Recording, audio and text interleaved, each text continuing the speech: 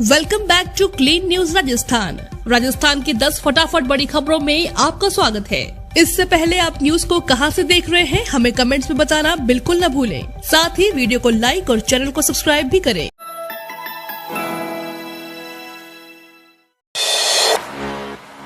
अग्निवीर योजना पर राहुल गांधी के बयान को लेकर कांग्रेस और बीजेपी आमने सामने। राहुल गांधी की भारत जोड़ो यात्रा में अग्निवीर योजना की चर्चा जोरों पर है। अग्निवीर योजना पर राहुल गांधी को दिए बयान के बाद सियासत एक बार फिर से गर्मा गई है। इस मुद्दे को लेकर भाजपा और कांग्रेस आमने सामने है। केंद्रीय मंत्री गजेंद्र सिंह शेखावत की प्रक्रिया पर पवन खेड़ा ने पलटवार किया है। दौसा में प्रेस वार्ता को संबोधित करते हुए कांग्रेस प्रवक्ता पवन खेड़ा ने कहा कि बीजेपी नेता खुद की भाषा तो देखते नहीं और राहुल गांधी जब आईना दिखा रहे हैं तो उन्हें परेशानी हो रही है। खेड़ा ने सवाल किया कि बीजेपी नेताओं को अपनी शक्ल और भाषा से दिक्कत नहीं हो रही क्या?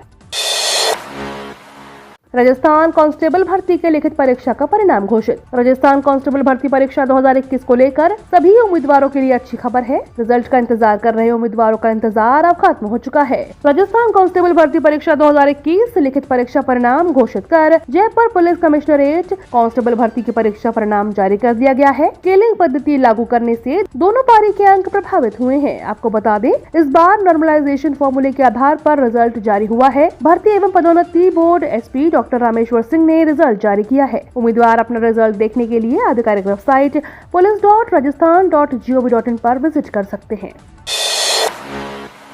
झुंझुनू के चुलावा में पहली बार आयोजित होगा चुलावा महोत्सव। 200 देश आएंगे। झुंझुनू के चुलावा कस्बे में पहली बार चेयरमैन सुमित्रा सैनी के प्रयासों से नगर पालिका की ओर से 10 दिवसीय चुलावा महोत्सव का आयोजन किया जा रहा है। 23 दिसंबर से शुरू होने वाले इस महोत्सव का समापन 1 जनवरी को होगा। इस दरमियान हर दिन दोपहर और शाम को सांस्कृतिक कार्यक्रमों के अलावा प्रतियोगिताएं होंगी। वहीं करीब 200 से अधिक देशों में कोने कोने से प्रसिद्ध उत्पादों की स्टॉलें लगाई जाएंगी। बावलिया बाबा के निर्वाणोत्सव पर होने वाले 2 दिवसीय कार्यक्रमों को भी इसमें शामिल किया गया है। 10 दिनों तक पूरा चुलावा कस्बा महोत्सव के रंग में रंगा नजर आएगा।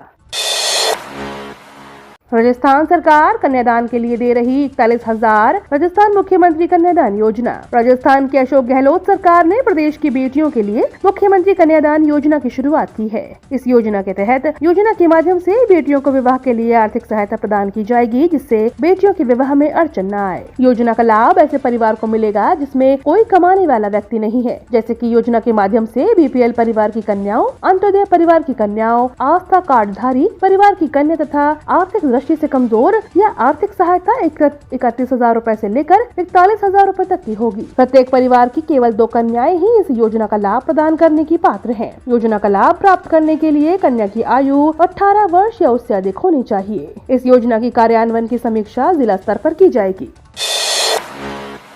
बदल सकता है जयपुर के ऐतिहासिक अल्बर्ट हॉल का नाम, कांग्रेस नेता जयराम रमेश ने दिया संकेत। दौसा के लालसोट में भारत जोड़ो यात्रा के दौरान मीडिया से मुखातिब होते हुए जयराम रमेश ने कहा कि भारत जोड़ो यात्रा के 100 दिन पूरे होने के अवसर पर जयपुर के अल्बर्ट हॉल म्यूजियम पर एक सांस्कृतिक कार्यक्रम का आयोजन किया जाएगा। इस आयोजन में कांग्रेस के पूर्व अध्यक्ष राहुल गांधी शामिल होंगे। जयराम रमेश ने कहा कि मेरी इच्छा है कि अल्बर्ट हॉल म्यूजियम का नाम बदला जाए, क्योंकि अल्बर्ट क्वीन विक्टोरिया के पति थे और आज 2022 में अल्बर्ट नाम होना सही नहीं है। उन्होंने कहा कि मैंने इस संबंध में मुख्यमंत्री अशोक गहलोत से बात भी की है और उन्हें नाम बदलने को कहा है। मैं समझता हूं कि जल्द ही इसका नाम बदला जाएगा। कड़े हुए सर्दी के तेवर, फतेहपुर में सीजन की सबसे सर्द रात दर्ज। दिसंबर का आधा महीना बीतने के साथ ही अब कड़ाके की सर्दी ने अपने तेवर दिखाने शुरू कर दिए हैं। बीते 2 दिनों से दिन और रात में लगातार गिरावट दर्ज की जा रही है। इस दौरान जहां दिन के तापमान में करीब 2 से 3 डिग्री तक की गिरावट दर्ज की गई, तो वहीं अधिकतर जिलों में रात के तापमान में भी करीब 2 से 3 डिग्री तक की गिरावट दर्ज की गई। बीती रात 1.4 डिग्री के साथ फतेहपुर में इस सीजन की सबसे सर्द रात दर्ज की गई। नए साल पर सरकार केंद्रीय कर्मचारियों को देगी बड़ा तोहफा, सैलरी में भारी बढ़ोतरी। साल 2023 केंद्रीय कर्मचारियों के लिए खुशखबरी को लेकर आने वाला है। नए साल में केंद्रीय कर्मचारियों को महंगाई भत्ता बढ़ने की उम्मीद है। हर साल की तरह इस साल भी कर्मचारियों को 2 बार महंगाई भत्ता का फायदा मिलेगा। दरअसल केंद्र की ओर से साल में 2 बार महंगाई भत्ता बढ़ाया जाता है। पहला साल की शुरुआत जनवरी में और दूसरा मध्य यानी जुलाई में भत्ते में इजाफा किया जाता है। दरअसल केंद्रीय कर्मचारियों की केंद्र सरकार से वेतन को लेकर अहम मांगे हैं। अगर सरकार उन मांगों को पूरा कर देती है तो उनकी सैलरी में अच्छी बढ़ोतरी हो सकती है। इसके साथ ही कर्मचारी पेंडिंग डीए, एरियर और बेसिक वेतन बढ़ाने की मांग भी कर रहे हैं। इस बैंक ने अपने ब्याज दरों में की बढ़ोतरी। अब एफडी पर मिलेगा 8.80% के ब्याज दर का लाभ। समय समय पर बैंकों के द्वारा ब्याज दरों में बदलाव किया जाता है। अभी फिलहाल एसबीआई, एचडीएफसी समेत कई बैंकों ने अपने ब्याज दरों में बदलाव किया है। ब्याज दरों में बदलाव करने वाले बैंकों की लिस्ट में रिकॉर्ड बैंक शामिल हो गया है। इस बैंक का नाम है जन स्मॉल फाइनेंस बैंक। जन स्मॉल फाइनेंस बैंक अपने ग्राहकों के लिए खुशखबरी दी है और रेगुलर एफडी पर ब्याज दरों में बढ़ोतरी की है। आपको बता दें, 2 से 3 साल की समय सीमा में ग्राहकों को 7.85% के ब्याज दरों का लाभ मिलेगा और इतने ही समय के लिए अगर सीनियर सिटीजन एफडी कराते हैं तो उन्हें 8.80% के ब्याज दर का लाभ मिलेगा। नई ब्याज दरें आज यानी कि 15 दिसंबर से लागू हो चुकी हैं।